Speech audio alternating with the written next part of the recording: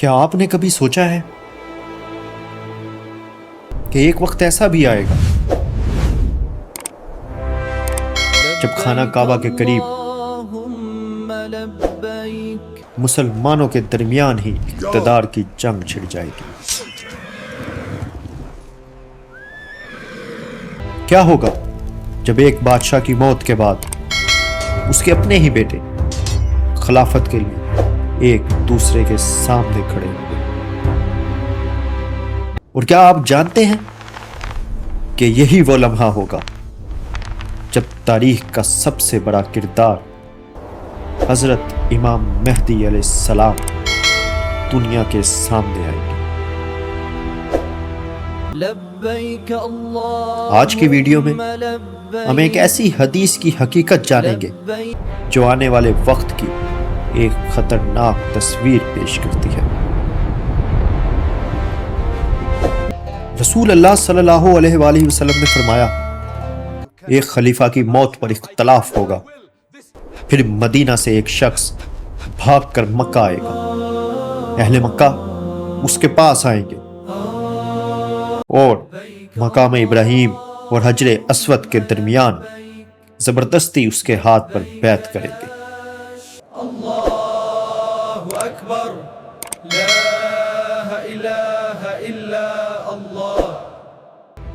ناظرین، تصور کریں ایک عظیم سلطنت کا بادشاہ مر چکا ہے، اقتدار کا تخت خالی ہے، لیکن اس بار کوئی ایک وارث نہیں بلکہ 3 شہزادے، 3 دعوے دار۔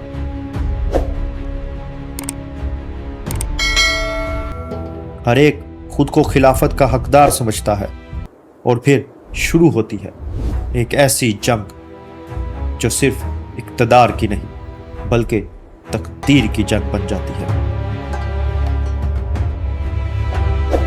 رسول اللہ صلی اللہ علیہ وآلہ وسلم نے فرمایا، تمہارے خزانے کے پاس 3 لوگ لڑیں گے، ہر ایک خلیفہ کا بیٹا ہوگا، لیکن وہ خزانہ کسی ایک کو بھی نہیں ملے گا۔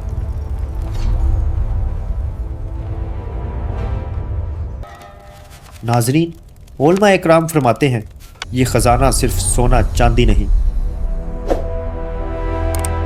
بلکہ اقتدار، خلافت اور امت کی قیادت بھی ہو سکتا ہے۔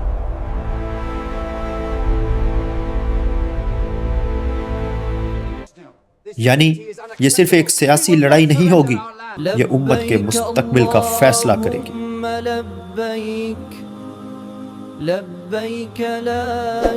اور حیران کن بات یہ ہے کہ 3 شہزادے خلیفہ کے بیٹے ہوں گے، یعنی لڑائی باہر کے دشمنوں سے نہیں، گھر کے اندر سے شروع ہوگی۔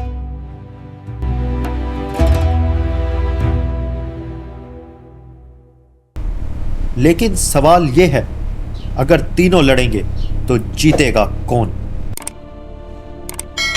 حدیث کا جواب چکا دینے والا ہے، کوئی بھی نہیں۔ جی ہاں ناظرین، کوئی بھی نہیں، کیونکہ اللہ کا فیصلہ کچھ اور ہوگا۔ اسی انتشار کے دوران مدینہ سے ایک شخص خاموشی سے مکہ کی طرف نکلے گا۔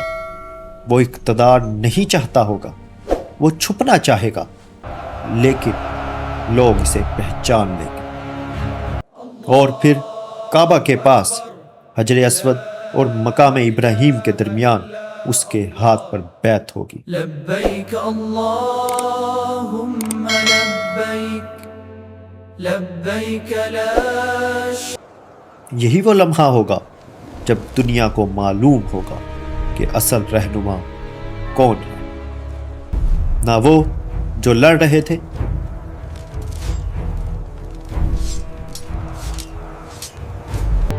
نہ وہ جو اقتدار چاہتے تھے،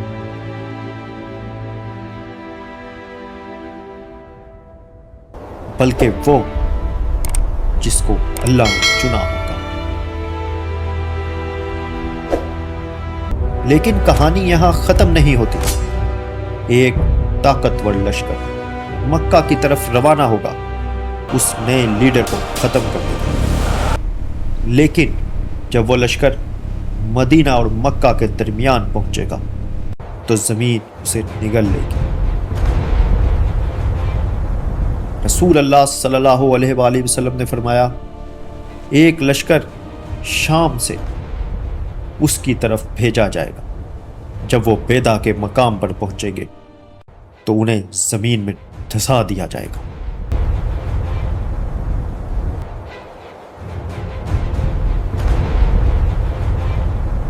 ناظرین، سوچنے کی بات ہے، اقتدار کی جنگ لڑنے والے 3 شہزادے سب کچھ ہونے کے باوجود ناکام ہو گئے، اور ایک شخص جو اقتدار سے بھاگ رہا تھا پوری امت کا لیڈر بن گیا۔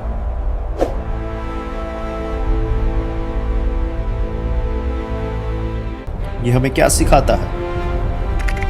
یہ کہ اصل عزت نہ طاقت میں ہے، نہ سیاست میں، بلکہ اللہ کے انتخاب میں ہے۔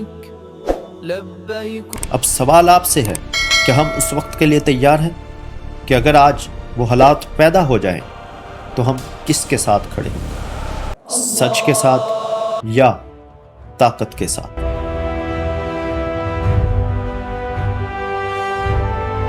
یہ تو صرف آغاز ہے، کیونکہ اس کے بعد خراسان سے سیاہ جھنڈے اٹھیں گے اور دنیا ایک بڑے انقلاب کی طرف بڑھے